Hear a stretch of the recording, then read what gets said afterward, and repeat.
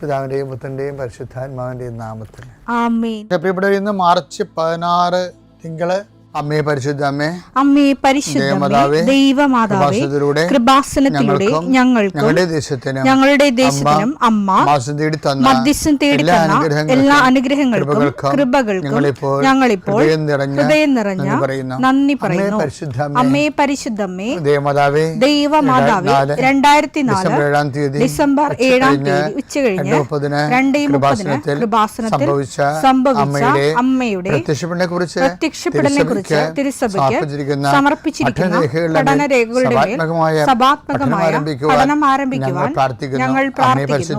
അമ്മേ പരിശുദ്ധമേ, ഭൂസ്വർലോകങ്ങളുടെ രാജ്ഞിയായ അങ്ങേയ്ക്ക് ഭൗമസംരക്ഷണത്തിനായി പ്രപഞ്ചപ്രകൃതിയെ തന്നെ തിരുസഭ പ്രതിഷ്ഠിക്കുവാൻ ഈ പ്രത്യക്ഷീകരണം വഴി ഇടയാക്കണമേ. പരിശുദ്ധമേ, ജപമാല മാതാവേ, സകല കൃപാസനം പ്രാർത്ഥനയോടും ചേർത്ത് ഞങ്ങളിപ്പോൾ പ്രാർത്ഥിക്കുന്ന ഈ കുടുംബത്തിന്റെ പ്രത്യേക നിയോഗം പറ മക്കളെ.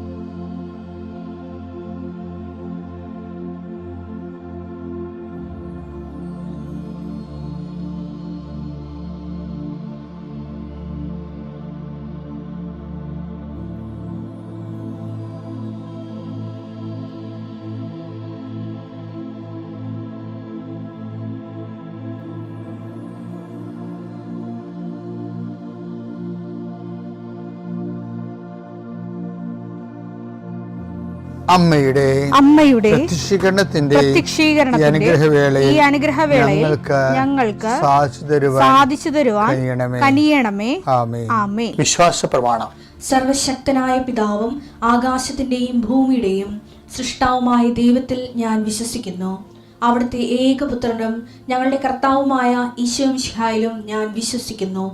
ഈ പുത്രൻ പരിശുദ്ധാത്മാവിനാൽ ഗർഭസ്ഥനായി കന്യകാമറിയത്തിൽ നിന്ന് പിറന്ന് പൊന്തിയോസ് പീലാത്തോസിന്റെ കാലത്ത് പീഡകൾ സഹിച്ച് കുരിശിൽ തറയ്ക്കപ്പെട്ട് മരിച്ച് അടക്കപ്പെട്ട് പാതാളങ്ങളിൽ ഇറങ്ങി മരിച്ചവരുടെ ഇടയിൽ നിന്ന് 3-ാം നാൾ ഉയർത്ത് സ്വർഗത്തിലേക്ക് എഴുന്നള്ളി സർവശക്തിയുള്ള പിതാവായ ദൈവത്തിന്റെ വലതുഭാഗത്തിരിക്കുന്നു. അവിടെ നിന്ന് ജീവിക്കുന്നവരെയും മരിച്ചവരെയും വിധിക്കുവാൻ വരുമെന്നും ഞാൻ വിശ്വസിക്കുന്നു. പരിശുദ്ധാത്മാവിലും ഞാൻ വിശ്വസിക്കുന്നു. വിശുദ്ധ കത്തോലിക്കാ സഭയിലും പുണ്യവാന്മാരുടെ ഐക്യത്തിലും പാപങ്ങളുടെ മോചനത്തിലും ശരീരത്തിന്റെ ഉയർപ്പിലും നിത്യമായ ജീവിതത്തിലും ഞാൻ വിശ്വസിക്കുന്നു. ആമേൻ. സ്വർഗ്ഗസ്ഥനായ ഞങ്ങളുടെ പിതാവേ, അങ്ങയുടെ നാമം പൂജിതമാകണമേ. അങ്ങയുടെ രാജ്യം വരണമേ. അങ്ങയുടെ തിരുമനസ് സ്വർഗത്തിലെ പോലെ ഭൂമിയിലും ആകണമേ. അന്നു വേണ്ടുന്ന ആഹാരം ഇന്ന് ഞങ്ങൾക്ക് തരണമേ. ഞങ്ങളോട് തെറ്റ് ചെയ്യുന്നവരോട് ഞങ്ങൾ ക്ഷമിക്കുന്നത് പോലെ ഞങ്ങളുടെ തെറ്റുകൾ ഞങ്ങളോടും ക്ഷമിക്കണമേ. ഞങ്ങളെ പ്രലോഭനത്തിൽ ഉൾപ്പെടുത്തരുതേ, തിന്മയിൽ ഞങ്ങൾ രക്ഷിക്കണമേ. ആമേൻ. നന്മ നിറഞ്ഞ മറിയമേ, സ്വസ്തി. കർത്താവ് അങ്ങയുടെ കൂടെ സ്ത്രീകളിൽ അങ്ങ് അനുഗ്രഹിക്കപ്പെട്ടവളാകുന്നു. അങ്ങയുടെ ഉദരത്തിൻ ഫലമായി ഈശോ അനുഗ്രഹിക്കപ്പെട്ടവനാകുന്നു. പരിശുദ്ധ മറിയമേ, തമ്പുരാന്റെ അമ്മേ, പാപികളായ ഞങ്ങൾക്ക് വേണ്ടി ഇപ്പോഴും ഞങ്ങളുടെ മരണസമയത്തും തമ്പുരാനോട് അപേക്ഷിക്കണമേ. ആമേൻ. കർത്താവേ, നിന്റെ ഉന്നതമായ നാമത്തിന് സ്തോത്രം ചെയ്യുന്നു. കർത്താവേ, നിന്റെ വിശുദ്ധ പൗരോഹിത്യത്തെ മഹത്വപ്പെടുത്തണമേ. കർത്താവേ, സഭയിലുള്ള സാന്നിധ്യം പ്രകടമാക്കണമേ. 40 വർഷം ഞാൻ അർപ്പിച്ച കുർബാനയുടെ യോഗ്യതയെ കൃപാസ്ഥാനത്താറെ ജീവനോടെ പ്രത്യക്ഷപ്പെട്ട പരിശുദ്ധ അമ്മയുടെ മാധ്യസ്ഥത്തിൽ ഞാൻ അങ്ങയുടെ മക്കൾക്ക് വേണ്ടി പ്രാർത്ഥിക്കുന്ന കർത്താവേ, ലോകം മുഴുവനും ഉണർന്നിരിക്കുന്ന സമയത്ത് ഈ പ്രാർത്ഥനയിൽ പങ്കെടുക്കുന്ന ഓരോ മക്കൾ, ഇന്ന് കടന്നു പോകുന്ന ഓരോ വഴികൾ, ഓരോ ഉദ്യമങ്ങൾ, ഓരോ ജീവിത ലക്ഷ്യങ്ങൾ, അമ്മേ പരിശുദ്ധമേ, ദേവമാതാവേ, കൃപാസ്ഥാനത്താറെ ജീവനോടെ പ്രത്യക്ഷപ്പെട്ട അമ്മയുടെ സാന്നിധ്യം, സഞ്ചാരി മാതാവേ, സമയത്തിൻ്റെ അധികാരി, ഈ മക്കളുടെ കൂടെ പോകണമേ എന്ന് പ്രാർത്ഥിക്കുന്നു. പരീക്ഷയ്ക്ക് പോകുന്നവരെ എല്ലാ കുഞ്ഞുങ്ങളെയും ഞാൻ സമർപ്പിച്ച് പ്രാർത്ഥിക്കുന്നു. പരീക്ഷയ്ക്ക് പോകുന്ന, ഇന്ന് പരീക്ഷ എഴുതുന്ന എല്ലാ മക്കളെയും അവർ പഠിച്ചിരിക്കുന്ന മനസ്സിൽ ഓർത്തിരിക്കാനും ഓർത്തിരിക്കുന്ന പരീക്ഷയെ പ്രതിഫലിപ്പിക്കുവാനും പരീക്ഷ എഴുതുന്ന എല്ലാ മക്കളെയും, പരീക്ഷയ്ക്ക് പഠിച്ചുകൊണ്ടിരിക്കുന്ന മക്കളെയും കർത്താവിൻ്റെ നാമത്തിൽ ആശീർവദിക്കുന്നു. നിങ്ങളുടെ കഴിവിൻ്റെ അപ്പുറം ദൈവത്തിൻ്റെ കൃപ പ്രവർത്തിച്ചുകൊണ്ട് ഉന്നതമായ വിജയം കൈവരിക്കാൻ കർത്താവ് നിങ്ങൾ അനുഗ്രഹിക്കട്ടെ. കർത്താവെ, ജോലിയില്ലാത്തവർ, സാമ്പത്തിക കടങ്ങളിൽപ്പെട്ടിരിക്കുന്നവർ, കലഹങ്ങളുള്ളവർ, കുടുംബത്തിൽ പലതരത്തിലുള്ള വഴക്കുകളും അസമാധാനം നിലനിൽക്കുന്നവർ, രോഗികൾ, പീഡിതർ, ആശുപത്രിയിൽ നിന്ന് ഇതുവരെ പോരാത്തവർ, ഓപ്പറേഷൻ നിശ്ചയിച്ചിരിക്കുന്നവർ, ടെസ്റ്റിന് കൊടുത്തിരിക്കുന്നവർ, കൾച്ചറിന് കൊടുത്തിരിക്കുന്നവർ, ബയോപ്സി കൊടുത്തിരിക്കുന്നവർ, കർത്താവിൻ്റെ ഉന്നതമായ നാമത്തിൽ ദൈവത്തിലെ ഞാൻ മാതാവിൻ്റെ മധ്യസ്ഥത്തിൽ യേശുക്രിസ്തു നിന്നെ ആശീർവദിക്കുന്നു. നിൻ്റെ ജോലികൾ, വീടുകൾ, വിൽക്കാത്ത സ്ഥലങ്ങൾ, നഷ്ടപ്പെട്ട ജോലികൾ, ക്യാൻസലായ വിസകൾ എല്ലാം ഈശോ ഏറ്റെടുക്കുകയും നിൻ്റെ കുടുംബം നിലനിർത്തുകയും ചെയ്യട്ടെ. മക്കളില്ലാത്തവരെ ആസ്വദിക്കുന്നു, വിവാഹം ഒത്തുവരാത്തവരെ ആസ്വദിക്കുന്നു. റബ്ബറിൽ നിന്നും, കേര കർഷകരിൽ നിന്നും, മത്സ്യത്തൊഴിലാളികളിൽ നിന്നും, തൊഴിൽ നഷ്ടപ്പെട്ടവരെയും വരുമാനം കുറഞ്ഞു പോയവരെയും കർത്താവിൻ്റെ നാമത്തെ ആശീർവദിക്കുന്നു. എൻ്റെ കർത്താവിൻ്റെതുമായ നാമത്തിൽ, സഭയുടെ അധികാരത്തിൽ, കുരിശിൻ്റെ അടയാളത്തിൽ, ദൈവശക്തിയാൽ ഞാൻ നിന്നെ ആശീർവദിക്കും. എൻ്റെ പ്രിയപ്പെട്ടവരെ, നമ്മുടെ ജീവിതത്തിലെ പലപ്പോഴും നമ്മുടെ ജീവിതത്തെ മുന്നോട്ട് കൊണ്ടുപോകാൻ പറ്റാത്ത രീതിയിൽ പല പ്രതിലോമ ശക്തികളും ജീവിതത്തിൻ്റെ ഭാഗമായി ചിലപ്പോൾ ശത്രുക്കളുണ്ടാവും, ചിലപ്പോൾ രോഗങ്ങളുണ്ടാവും, ചിലപ്പോൾ വലിയ കടങ്ങളുണ്ടാവും, ചിലപ്പോൾ മോശം സിറ്റുവേഷൻ ഉണ്ടാവും. എവിടെ ചെന്നാലും നമുക്കെതിരെ കുറ്റം പറച്ചിലും നമ്മൾ ഒഴിവാക്കലും ഒറ്റപ്പെടുത്തലും അങ്ങനെയൊക്കെ പല വിഷയങ്ങളുണ്ടാവും. അപ്പോൾ നമുക്ക് തോന്നുന്നു ജീവിക്കാൻ പറ്റാത്ത അവസ്ഥയിലായല്ലോ എന്ന് നമ്മൾ അങ്ങനെ ചിന്തിച്ചു പോകും മനുഷ്യൻ. അപ്പോൾ കർത്താവിൻ്റെ വചനം നമുക്ക് തരുന്ന ഒരു പോംവഴിയുണ്ട്, ഒരു സൂപ്പർ പോംവഴിയാണത്. എന്താണ്?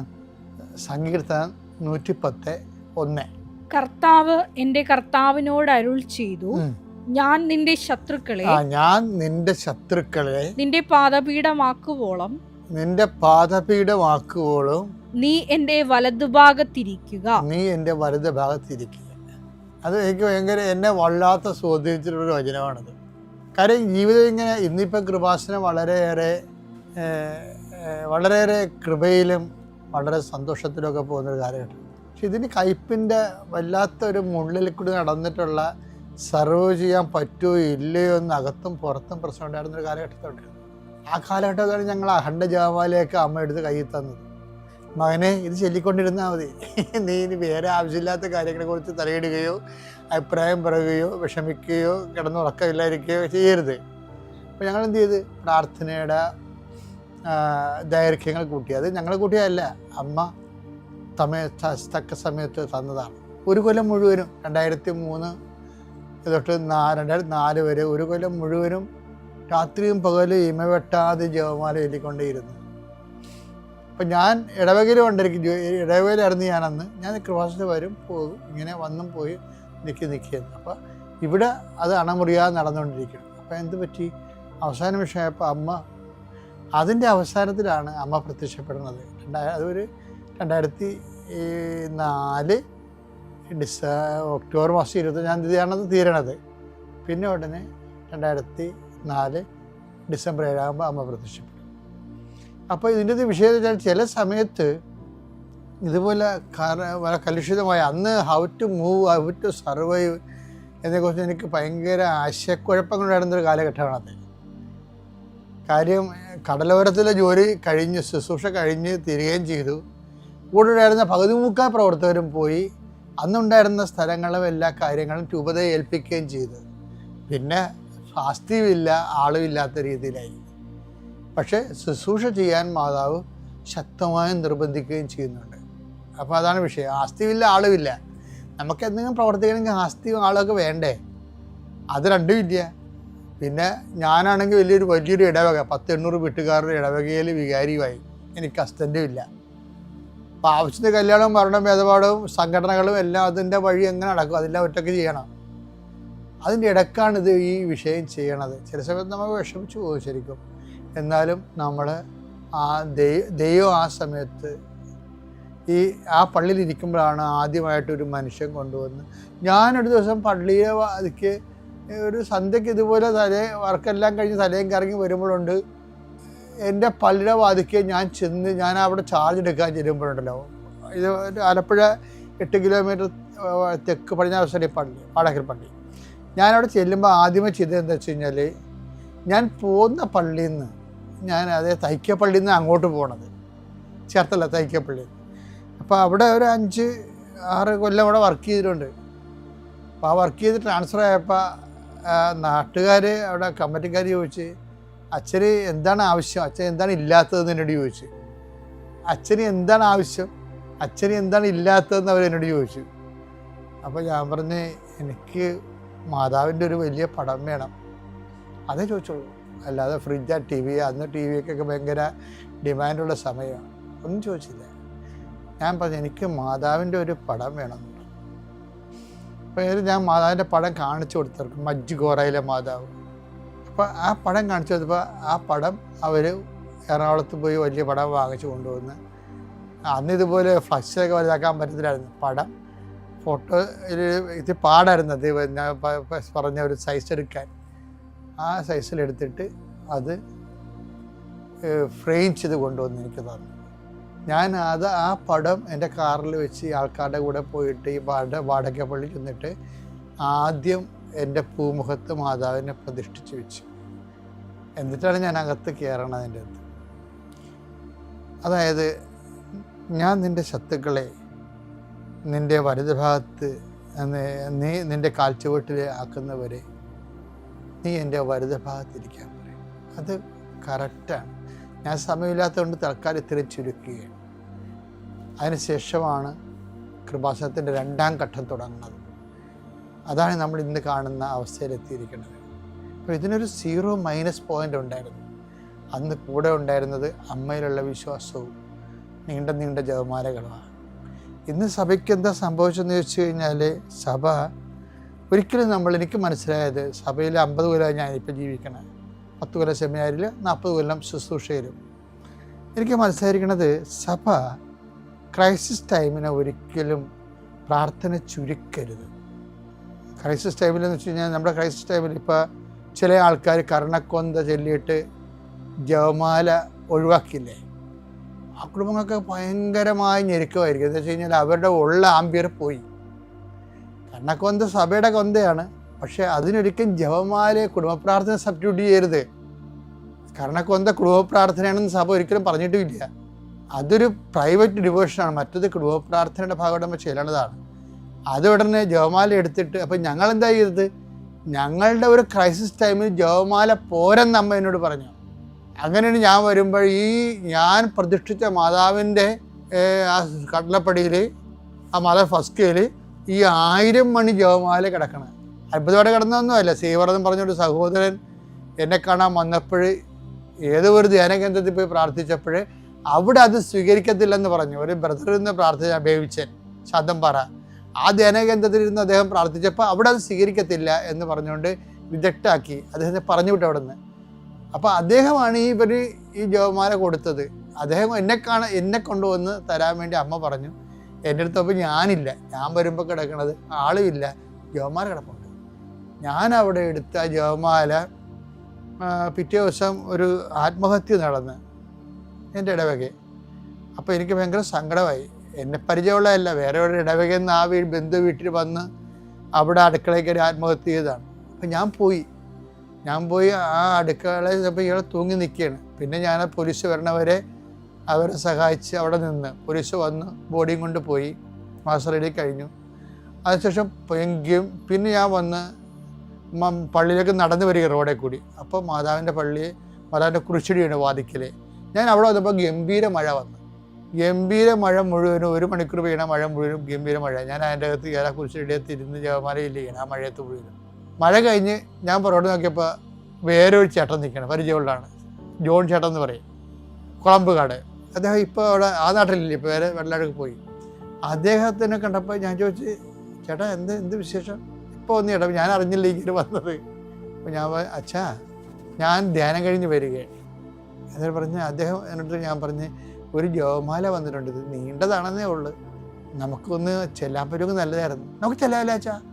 പുള്ളി എൻ്റെ ഇവിടെ വന്നിട്ട് ഈ ജപമാല വാങ്ങിച്ചുകൊണ്ട് പോയിട്ട് വേറെ ഒരു ചേട്ടനുമായിട്ടിരുന്നുണ്ട് അത് ആൻ്റണി എന്താ എന്നിട്ട് ഈ പള്ളി മാതാവിൻ്റെ അടുത്തിരുന്നാണ് ജപമാല ചൊല്ലി, ഈ 1000 മണിയുടെ ജപമാല. അപ്പോൾ എനിക്ക് മനസ്സിലായി, അപ്പോൾ പുരുഷന്മാർ 5-6 പേരെ കിട്ടി. ഞാൻ അവരെയും കൊണ്ട് കൃപാസനത്തിൽ വന്നു. പിന്നെ കൃപാസനത്തിൽ ഇരുന്ന് ഒരു കൊല്ലം മുഴുവൻ ചെല്ലിയ ചരിത്രമാണ് ഈ പറയണത്. എന്ന് വെച്ച് കഴിഞ്ഞാൽ ഏറ്റവും ക്ലേശകരമായ കാലങ്ങളിൽ പ്രാർത്ഥനയുടെ വെട്ടിച്ചുരുക്കുകയല്ലേ ചെയ്യേണ്ടത്. നിങ്ങൾ പലരും കുടുംബത്തിൽ കാണിക്കാൻ മണ്ടത്തരമാണ്. നിങ്ങൾ എന്തെങ്കിലും കുടുംബത്തിൽ കലഹങ്ങളോ പ്രയാസങ്ങളോ ഉണ്ടെങ്കിൽ ഉടനെ നിങ്ങൾ പറയും ഇന്ന് 10 മണി, ഇന്ന് ഒരു രഹസ്യം ചെല്ലിയാൽ മതി, ഇന്ന് കൊന്തട. അതിനാൽ ആ കുടുംബത്തിൻ്റെ നടുവൊടിഞ്ഞു പോകും. അത് പരിശുദ്ധാത്മാവില്ലാത്തത് കൊണ്ട്. അങ്ങനെ പരിശുദ്ധാത്മാവില്ലാത്ത പണ്ടാരങ്ങൾ വീടുകളിലുണ്ടല്ലോ ഒത്തിരി. അവർ കയറി പറയും ഇന്ന് ഒരു രഹസ്യം ചെല്ലിയാൽ മതി എന്ന് പറയും. അങ്ങനെ ചുരുക്കി ആ കുടുംബത്തിനെ ഒതുക്കിക്കളയും. വിശ്വാസം തന്നെ പ്രവർത്തിക്കുന്നതാണ്. എപ്പോഴും ഓർത്തേക്കണം, ശത്രുക്കളുണ്ടായ ഞാൻ നിൻ്റെ ശത്രുവിനെ നിൻ്റെ കാൽപ്പിടി ഞാൻ ആക്കും എപ്പോഴെങ്കിലും. അതുവരെ നീ എൻ്റെ വലത് ഭാഗത്തിരിക്കണം. ആത്മാവിൽ നിറഞ്ഞ് കൃപയിൽ പ്രാർത്ഥനയിൽ. പിതാവിൻ്റെയും പുത്രൻ്റെയും പരിശുദ്ധാത്മനാമം.